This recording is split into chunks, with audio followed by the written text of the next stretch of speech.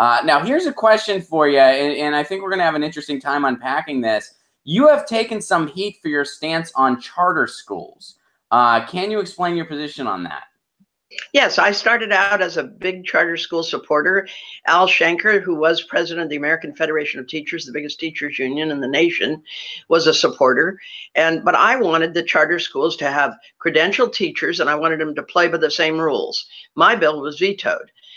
Another bill was signed, and it allowed a lot more, I would argue, off the reservation activities. Over time, we've come to see some charters that have been effective, but some that are cherry picking the best and brightest kids, some that are kicking kids to the curb just a week before the test because they're afraid they won't do well. In Livermore, there was a charter charging Chinese kids $30,000 a year to go to a Livermore charter and then guaranteeing them entrance into Berkeley. Crooks that are being prosecuted, but there are all over the state. There are charter schools that are not following the same rules that other public schools have to follow.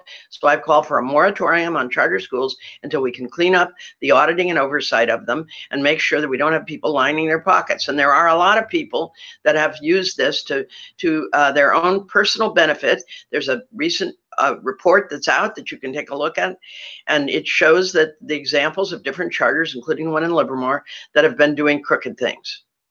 We need to tighten the rules up. Yeah, and I understand the complexity of the issue because, like, I'm an academic myself. I used to teach at the college level, so I understand the complexity of it. It's not all A or not all B. But can you explain, like, your decision, like, why support the idea of charter schools as opposed to, say, doing better investments into our public education? Because, you know, while I understand the complexity of the issue, I understand that there's some charter schools out there that are art schools that are doing amazing things for a lot of kids. I also really value the ethic of education as a public good, as a progressive. So how do you kind of unpack that?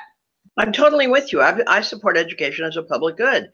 And there were places in California where the school districts were not very nimble, and they were not allowing the arts magnets. They were not allowing different kinds of approaches that were, in fact, based on the teachers' understanding and desire to improve the pedagogy they were offering. And so there's a charter that's operates out of the Job Corps sites all around the state that does dropout recovery. These are kids that some charters don't want.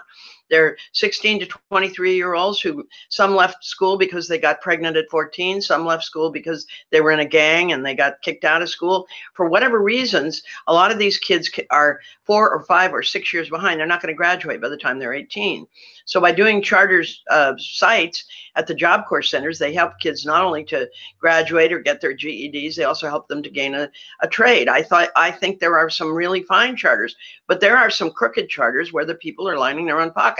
That's why we need a moratorium. We don't want to put the good, arts magnets and different things out of business. We want them to allow to prosper, but we also want to stop the crooks who are using the money to line their own pockets, to buy themselves cars. There was a charter school where they bought the principal a $38,000 convertible. That wasn't the intention.